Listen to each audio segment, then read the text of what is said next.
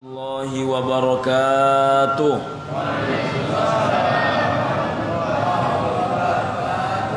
Alhamdulillahi rabbil alamin. Allahumma salli ala sayyidina Muhammadin wa ala alihi wa ashabihi ajma'in wa man tattabi'ahu bi ihsanin ila yaumiddin. Amma ba'du.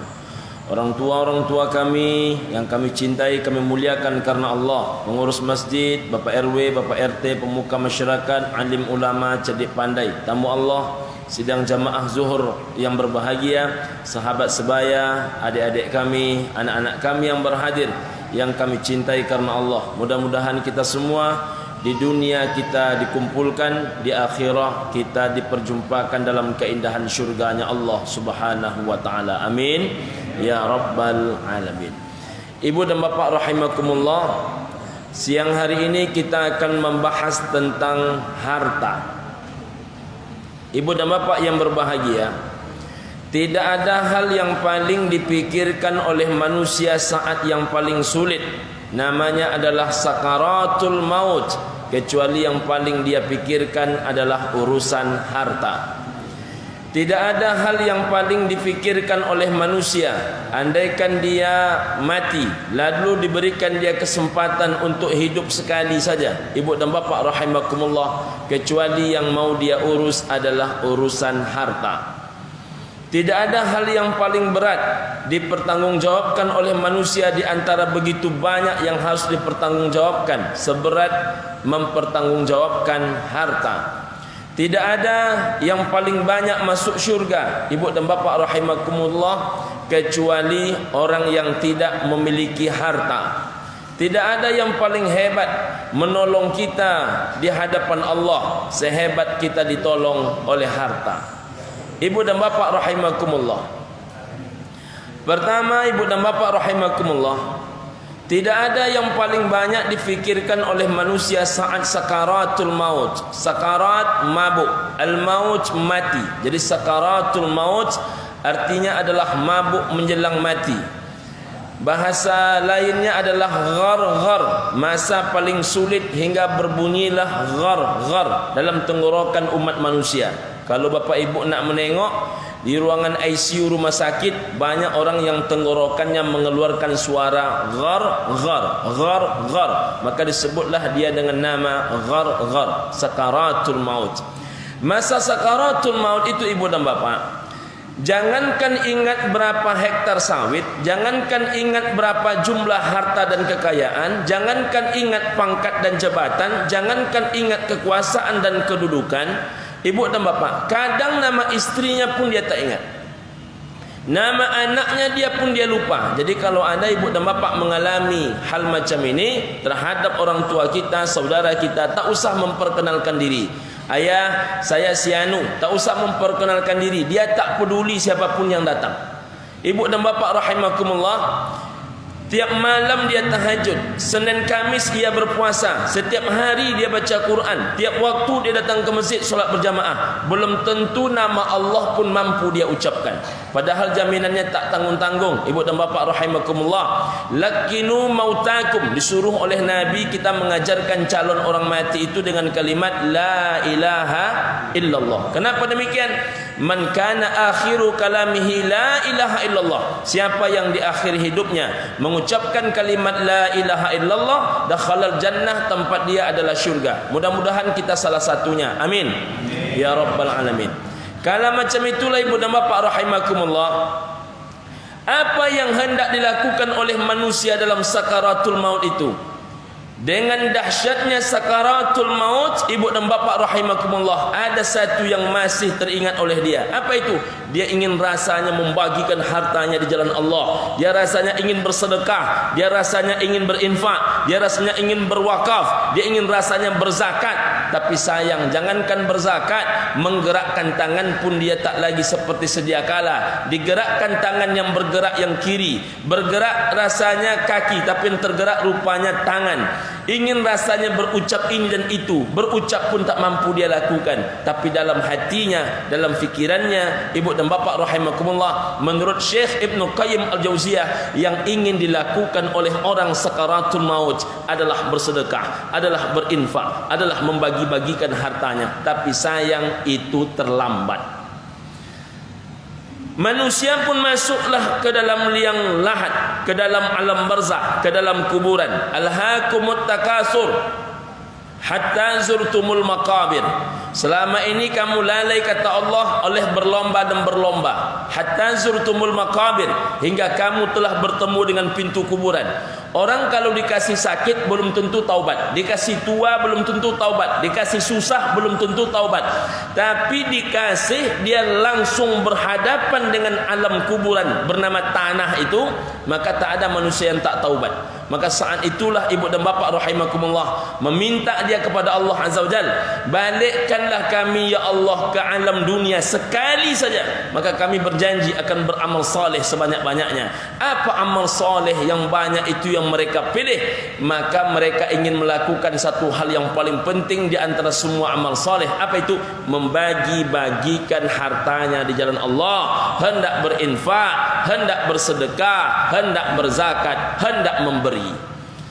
Ibu dan bapa rahimakumullah, lalu setelah mereka masuk ke dalam kubur, dibangkitkanlah mereka pada hari kiamat.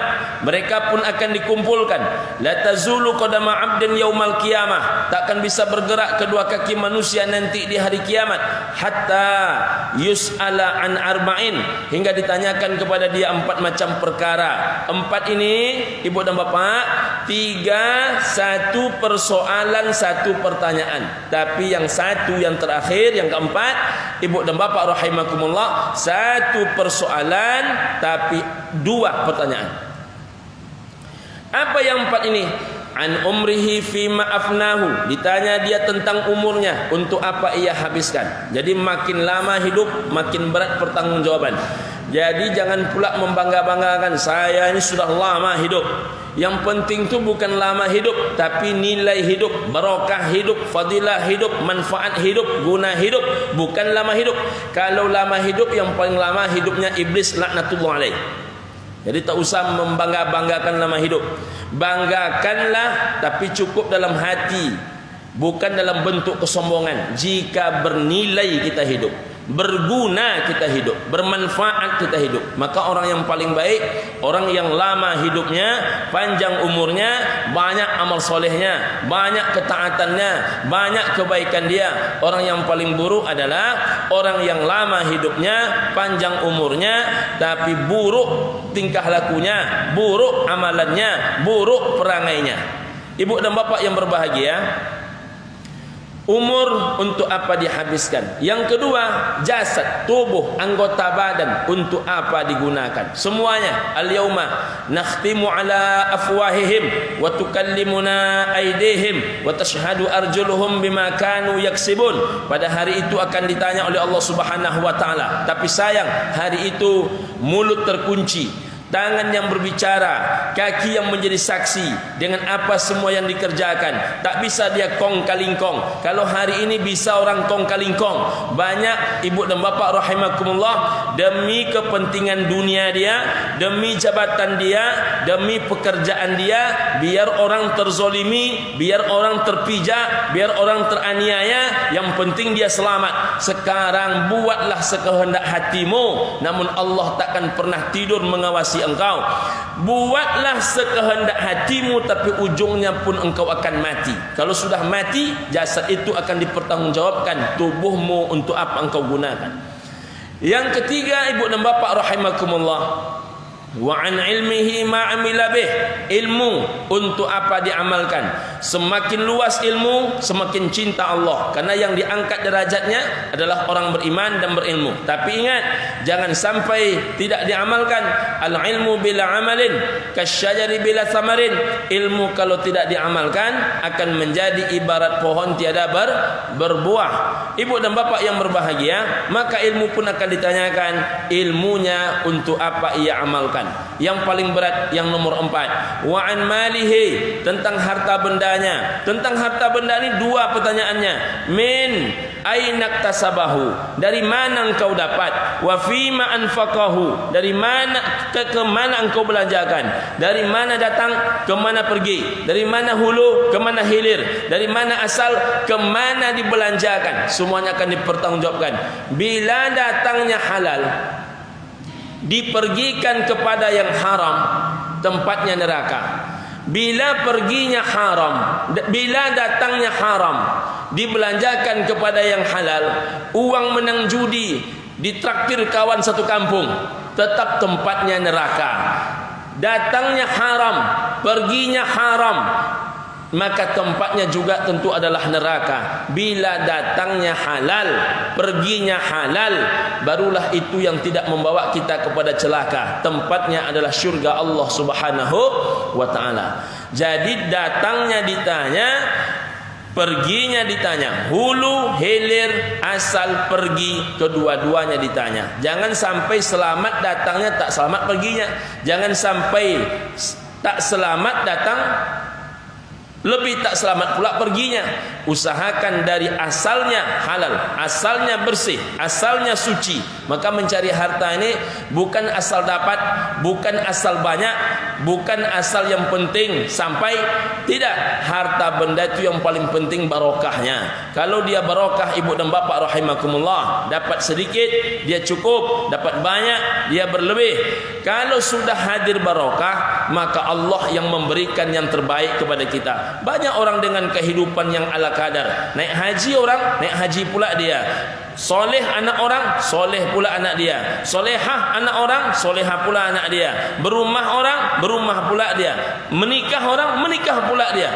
Tak ada rasanya satu pun yang tidak Allah kabulkan. Kenapa doanya menjadi mustajabah? Salah satu sebabnya adalah munculnya kena harta yang berkah. Mudah-mudahan harta kita semua berkah. Amin. Ibu dan bapak rahimakumullah, lalu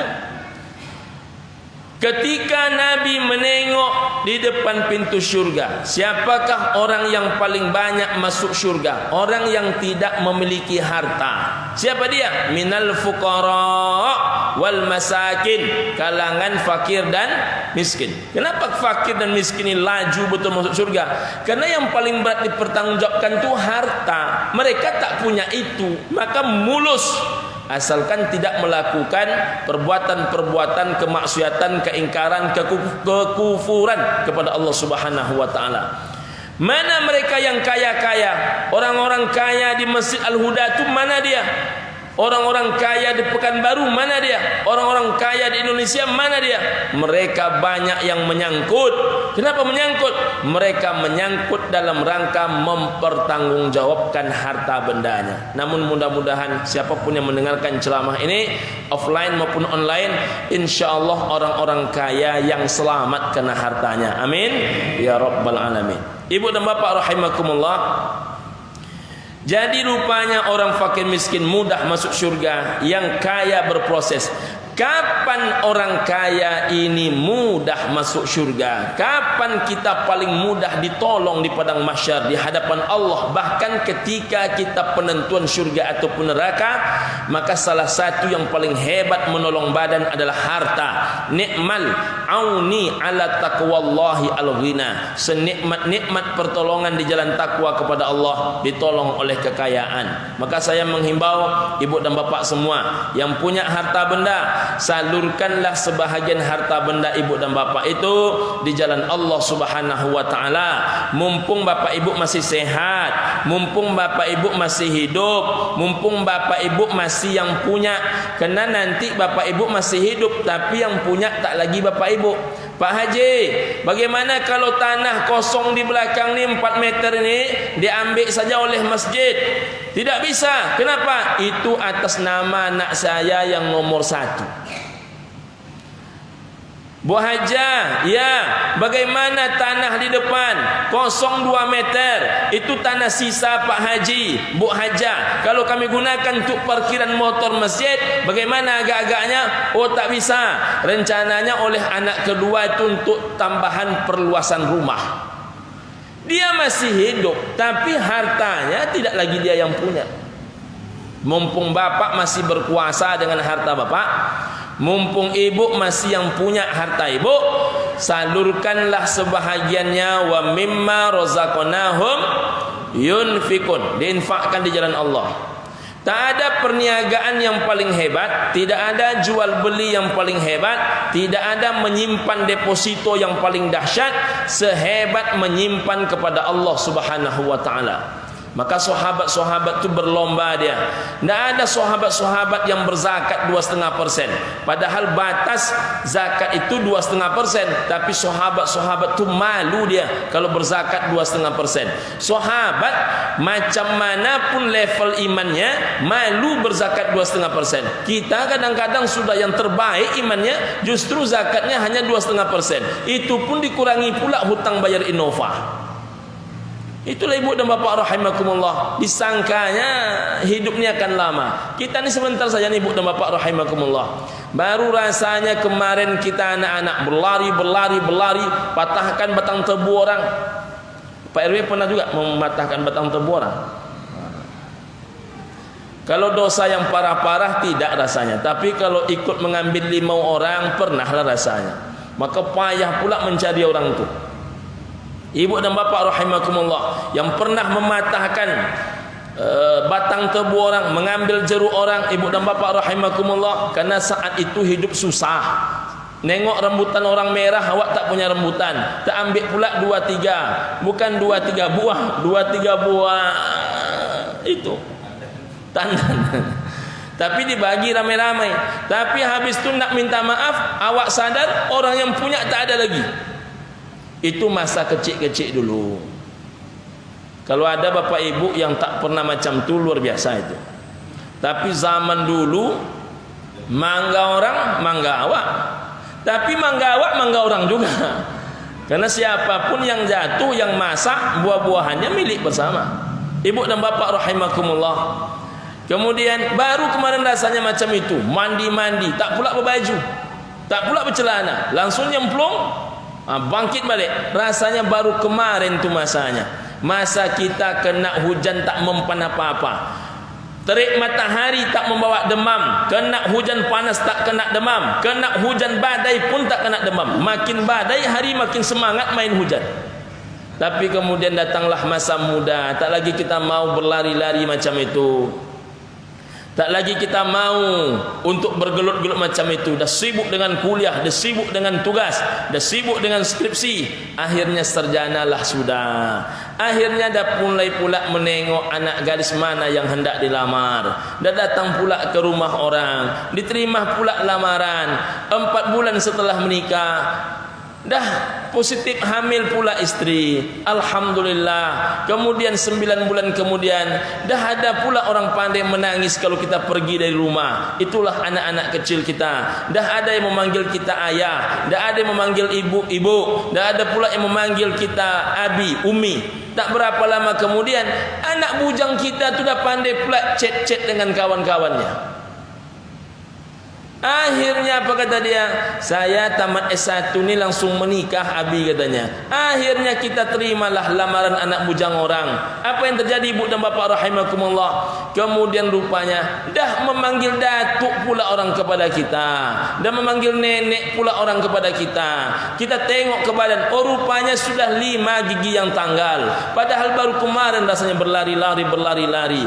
Dulu makan cabai berkeringat kepala makan nasi, cuman cabai. Sekarang makan ayam pun tak sanggup makan banyak. Makan sikit kadang-kadang badan tak enak, makan sikit kadang-kadang menghabiskannya payah. Makanlah ayah, ini yang enak, ini yang enak. Rupanya tak ada yang enak. Bukan makanannya yang tidak enak. Coba ini pahit, coba ini pahit, coba ini pahit. Bukan makanannya yang pahit, memang selera itu betul yang sudah pahit.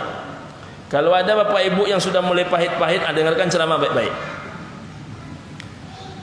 Dulu dimarahi oleh yang tua tua-tua tak takut. Kadang ribut di masjid, dimarahi oleh yang tua-tua, lari sebentar keluar, ketawa-ketawa di luar, habis itu masuk pula balik.